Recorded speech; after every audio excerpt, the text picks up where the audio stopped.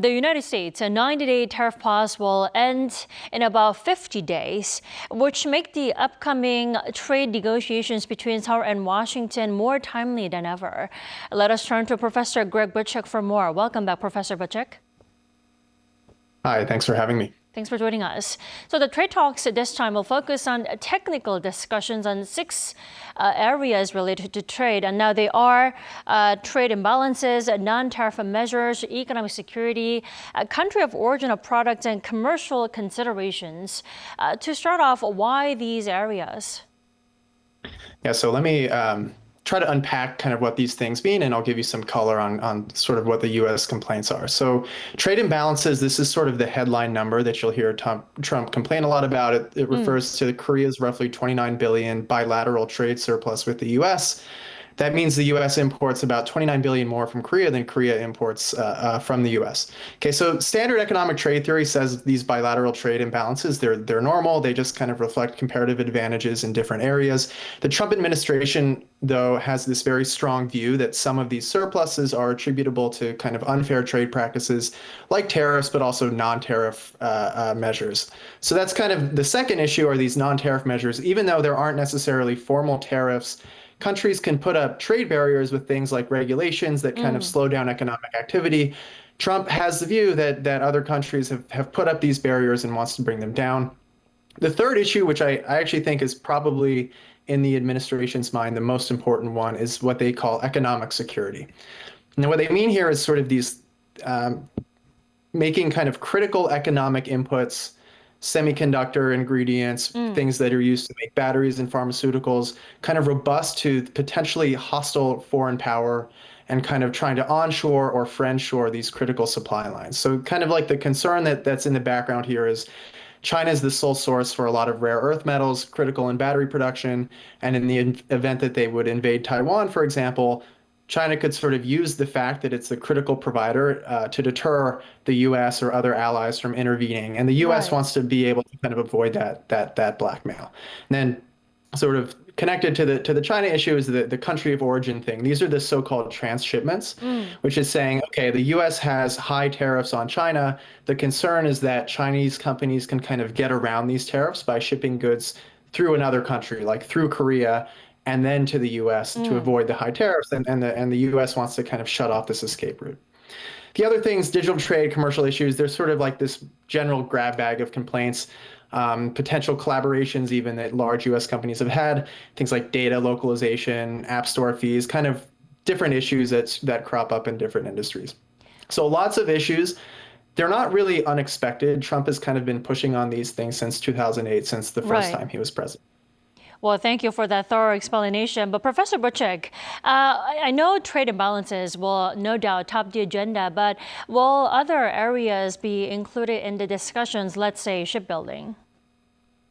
Yeah, so I think that connects to what I really think is the critical thing here, which is the economic security issue. So on that front, the White House would like to kind of get this big headline win on so-called friendshoring semiconductor and battery supply chains.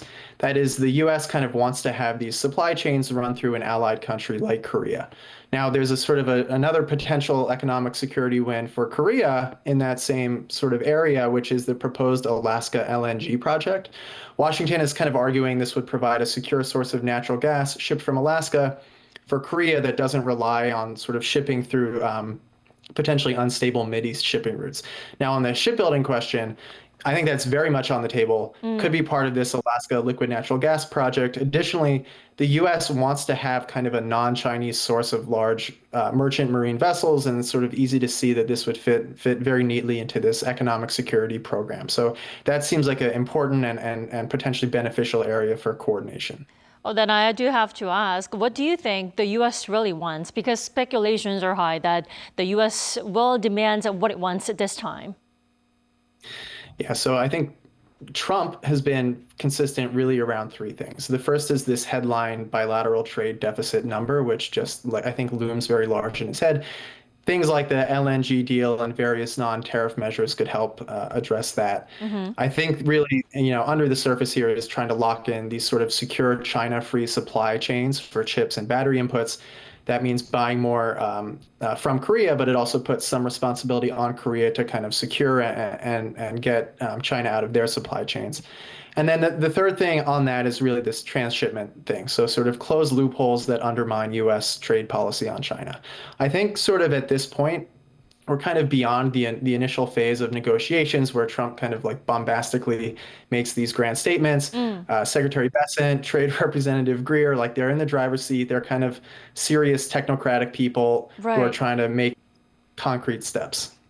Well, it's not going to be easy for the Team Korea to carry out those negotiations this time either. But what do you think Team Korea should aim for out of the second round of negotiations this time?